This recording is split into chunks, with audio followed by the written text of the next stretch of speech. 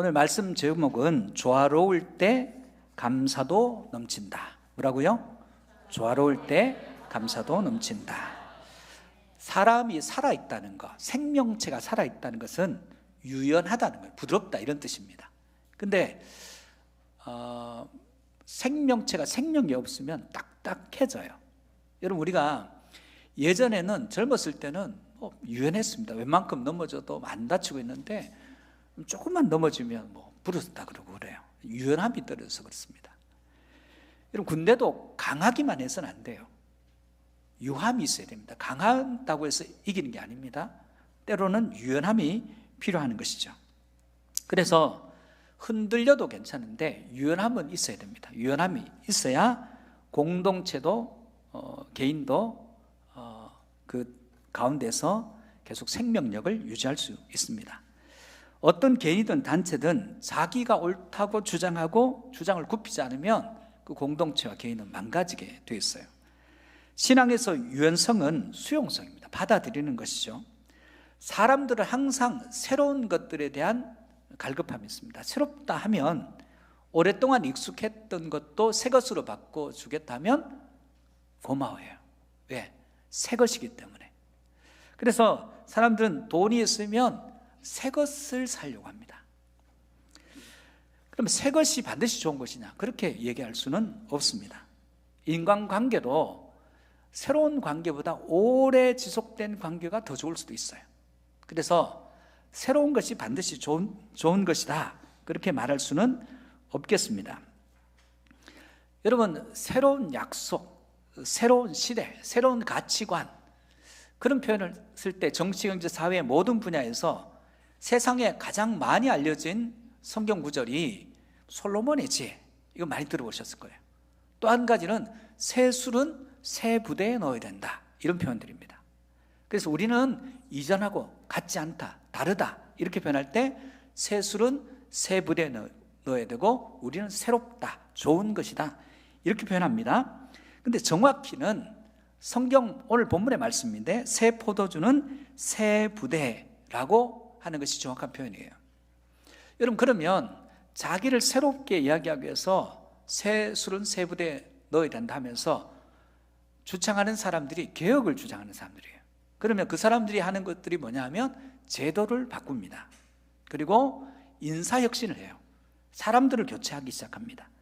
근데 나중에 지나고 보면 별로 새로울 게 없네, 실망했다, 이렇게 표현하는 경우들도 많습니다. 오늘 본문에 보면 생배 조각 그리고 새 포도주, 이 이미지가 새롭다는 표현만 있을까? 이게 좋은 것이고 새로운 것이 좋은 것이고 낡은 것이 나쁘다는 그런 의미로 이 단어들이 쓰였을까 한번 살펴볼 필요가 있습니다. 오늘 이 본문을 통해서 하나님이 우리에게 알려주시고자 하시는 지난 1년을 지키는 하나님 앞에 어떻게 해야 감사가 넘치는지를 살펴보려고 합니다. 첫 번째는 성도는 때를 분별할 때 감사가 넘치다라는 거예요. 여러분, 때를 분별할 수 있기를 축복합니다. 여러분, 생쥐가, 여러분, 쥐는요 언제나 배고파요. 우리 교회도 쥐와 함께 살고 있습니다. 쥐들이 좀 있어요. 근데 얘네들은 항상 배가 고파요. 왜냐하면 훔쳐 먹어야 되기 때문에 배가 고파요. 근데 어느 날 이 생쥐가 큰 독을 발견했어요. 근데 거기 보니까 매일 주인이 쌀을 풀어 오는 게 아니고 그냥 열려있고 해서 이게 웬 횡재냐면서 매일 가서 쌀을 훔쳐 먹으면서 너무너무 행복한 거예요. 노력 없이도 먹을 수 있으니까. 그래서 쌀독 위에서부터 쌀을 계속 먹다 보니까 입구와 그 쌀독 바닥과의 거리가 점점 멀어지기 시작하는 거예요. 그렇게 하다가 어느 순간 이 쥐의 힘으로 입구까지 뛰어오를 한계점이 있잖아요. 그 한계점에 도달했는데 쌀에 대한 유혹이 너무 큰 거예요. 저걸 먹고 싶은데 이거 올라갈 수 있을까 없을까, 이거보다 쌀에 대한 유혹이 훨씬 더 크다 보니까 그냥 그것을 계속 먹다 보니까 어떻게 됐습니까? 못 뛰어오르는 거예요. 그럼 어떤 일이 벌어지죠? 쌀독 안에서 쥐는 결국에는 굶어 죽었어요. 오늘 본문의 얘기가 어떤 얘기냐면 때를 분별하지 못하는 사람들의 이야기가 나와요. 예수님께서 세리마태를 부르셔요. 제자로 부르십니다. 그러니까 마태 친구들은 전부 세리와 죄인들이에요.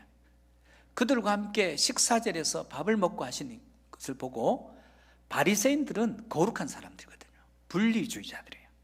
우리와 저들은 다르다 이렇게 생각하니까 악한 것들을 가까이 하는 거, 죄인들과 가까이 하지 않아요.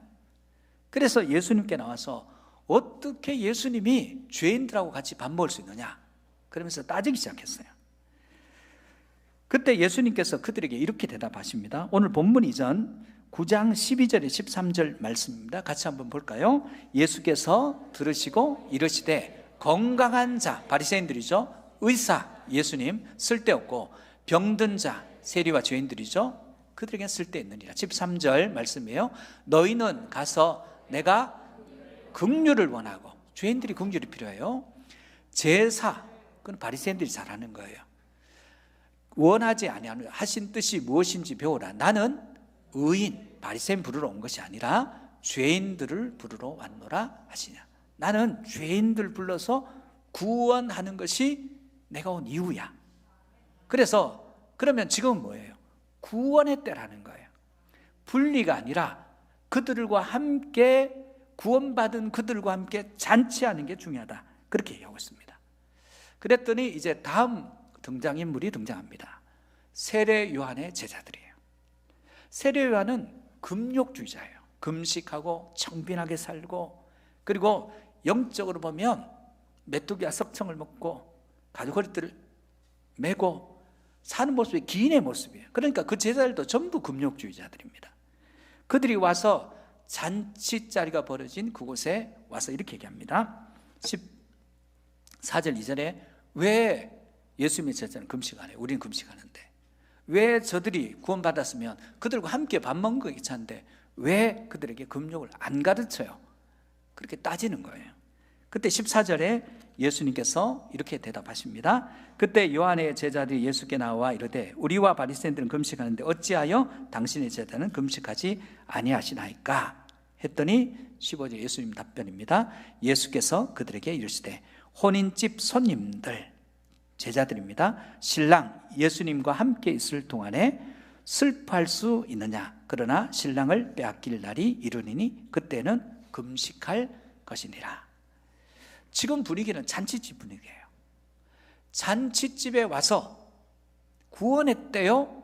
지금 기뻐하고 잔치하는 데 와서 왜 함께 밥 먹느냐? 왜 금식 안 가르치느냐? 여러분, 감사가 넘치는 사람들의 특징이 있어요. 때를 분별해요. 때를 분별할 줄 압니다. 그런데 감사가 없는 사람의 특징은 자기 세계에 빠져 있어요. 지금 이게 잔치자리인지 초상집인지 분간을 못합니다.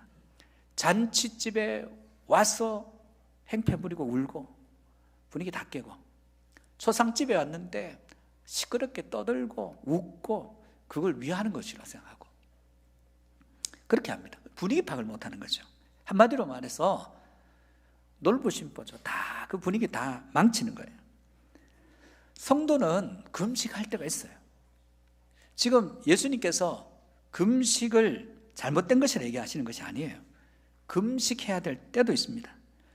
금식도 그리스도께 필요합니다. 예수님께서 금식 필요 없다, 금식을 의미 없는 것이라 말씀하시는 것이 아니에요. 금식은 예수님께서 대제사장과 바리새인들, 서기관들, 그 군대에 의해서 잡혀가서 우리 죄를 대속하시고 십자가에 죽으실 때, 그때예요. 그때 금식하는 거예요. 제자들도 그때는 금식했습니다. 혼인집 손님들은 예수님의 제자들이겠죠. 신랑은 예수님이라고 했습니다. 빼앗길 날이 온다는 거예요. 여러분, 빨간 신호등을 늘 보는 사람도 있습니다. 이래서 위기, 저래서 위기, 이래서 안 되고 저래서 안 되고, 이게 문제고 저게 문제고. 여러분, 그런데 예수 그리스도를 믿는 삶은 대부분이 잔치예요. 무슨 얘기냐면 감사가 넘치고 감격이 넘치고 구원의 은총이 있고 죄인을 용서하시며 회복이 있는 그러한 것입니다. 그러므로 예수님이 십자가를 지시고 죽으시고 3일 만에 부활하셨습니다.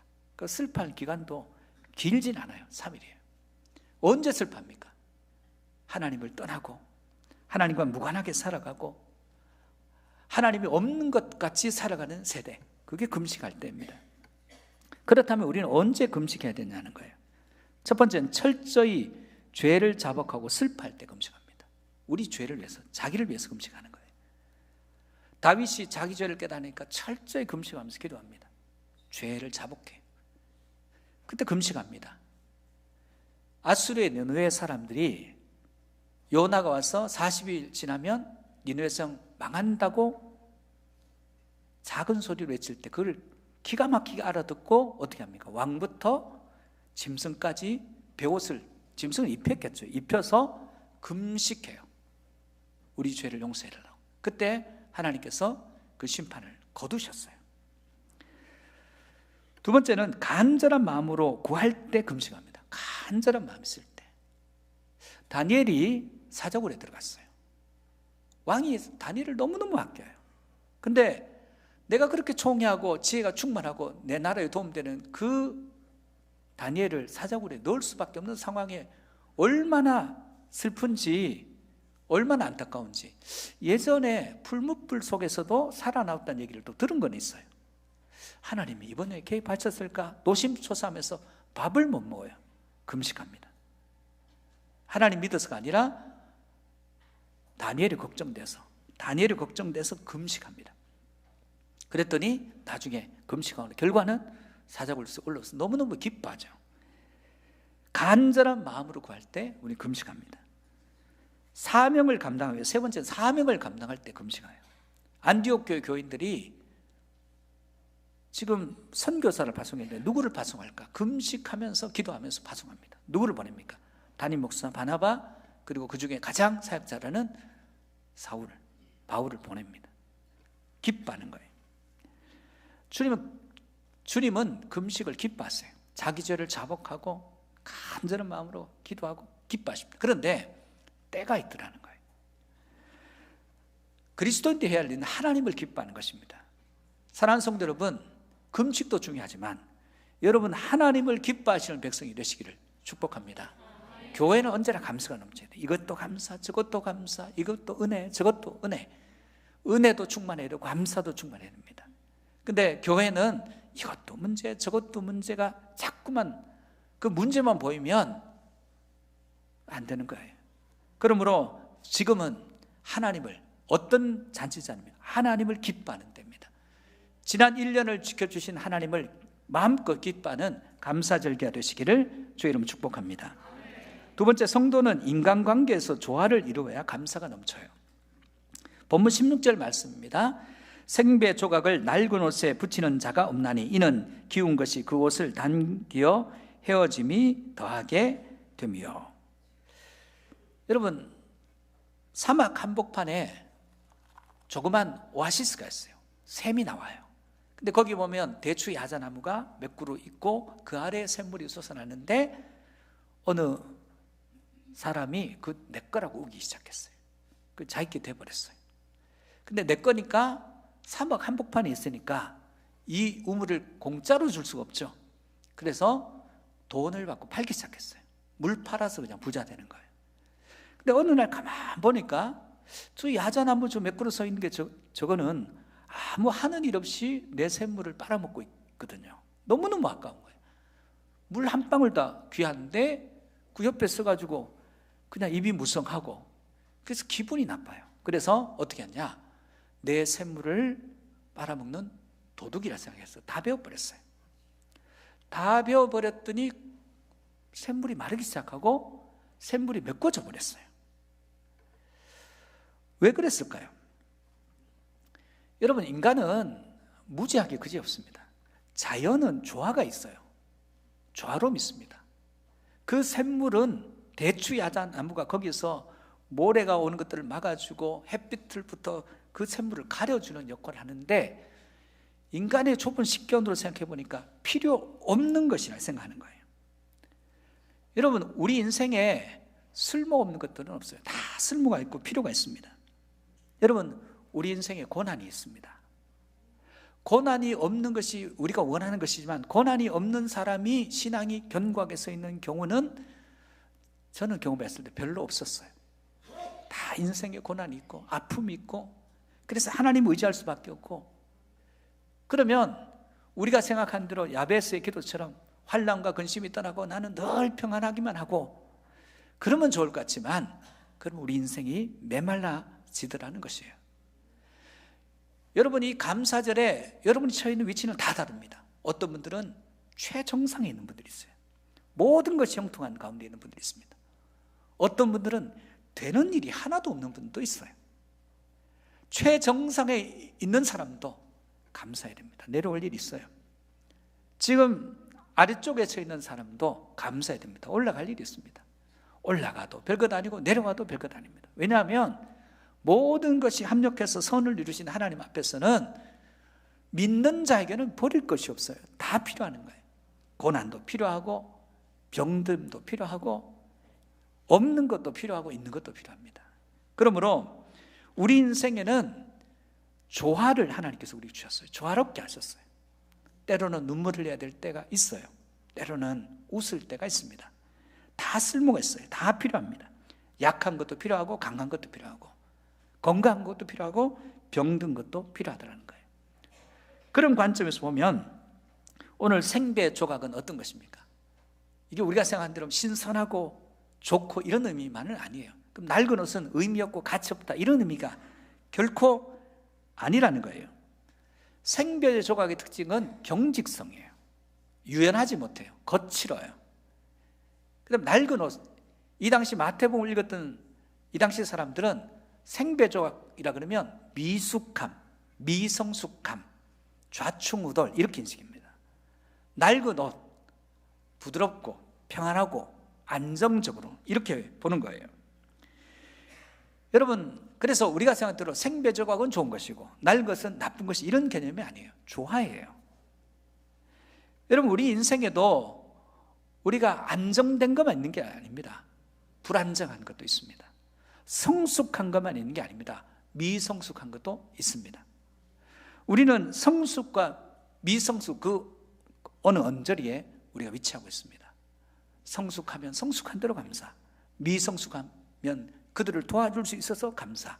이게 조화예요. 새롭다, 좋다, 신선하다 그런 의미만 있는 것이 아니라 서로 보호하는 거예요. 서로 품어주고 서로 상대의 성격들을 인정하는, 거친 것을 인정해주고 부드러운 것을 인정해주고 강한 성격 그리고 약한 것들을 품어주는 거예요. 이게 조화입니다. 사랑하는 성도 여러분, 이 조화를 깨닫지 못하면 좋을 때만 감사해요. 좀 어려워지면 감사가 안 흘러나옵니다. 그러나 하나님께서 이 말씀을 하실 때는 서로 둘이 다 보존되는 것에 방점을 두고 계십니다. 생배 조각이나 그리고 낡은 옷이냐 둘 다 보존되는 길을 찾는 거예요. 그러면 서로 보완되어 주는 거예요. 도와주는 거예요. 여러분, 미숙함을 봤어요. 그건 내가 도와줄 일이에요. 성숙함을 봤어요. 내가 따라 배울 모범이에요. 여러분, 서로에게 도움이 됩니다.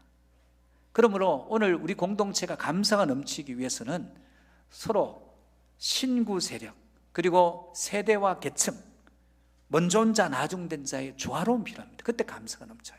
우리 모두는 둘 다 보존되는 것이 하나님의 뜻입니다. 우리 그리스도의 공동체입니다. 그래서 그리스도 안에서 서로가 서로를 보존하는 그러한 조화로운 성도들이 되시기를 주의 이름으로 축복합니다. 세 번째는 성도는 유연성이 있어야 감사로 넘친다는 거예요. 17절에 보면 새 포도주를 낡은 가죽부대에 넣지 아니하나니 그렇게 하면 부대가 터져 포도주도 쏟아지고 부대도 버리게 됩니다. 새 포도주는 새 부대에 넣어야 둘이 다 보존되느니라. 유연성은 보존과 관련되어 있어요. 영국이 인도를 식민 통치할 때 그때 어떤 문제가 발생했냐면 코브라에 물려서 사람들이 많이 죽어요. 1년도 많은 사람들이 죽어요.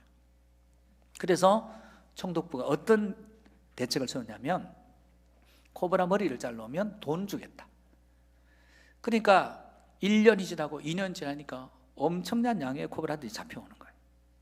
아, 이제 성과를 거두겠다 생각했는데 웬걸 점점점 줄어들어야 되는데 더 많아져요. 도대체 왜 이렇게 많아지는가?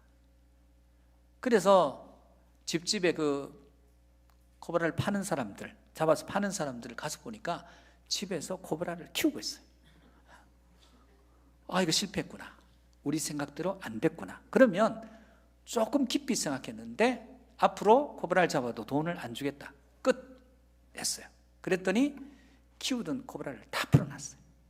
이전보다 몇 배로 더 많아진 거예요. 실패한 것이죠. 왜 이런 현상이 일어났죠? 고민이 없었던 거죠. 그 조화와 유연함이 없었던 거죠. 정책 유연함이 없었던 거죠.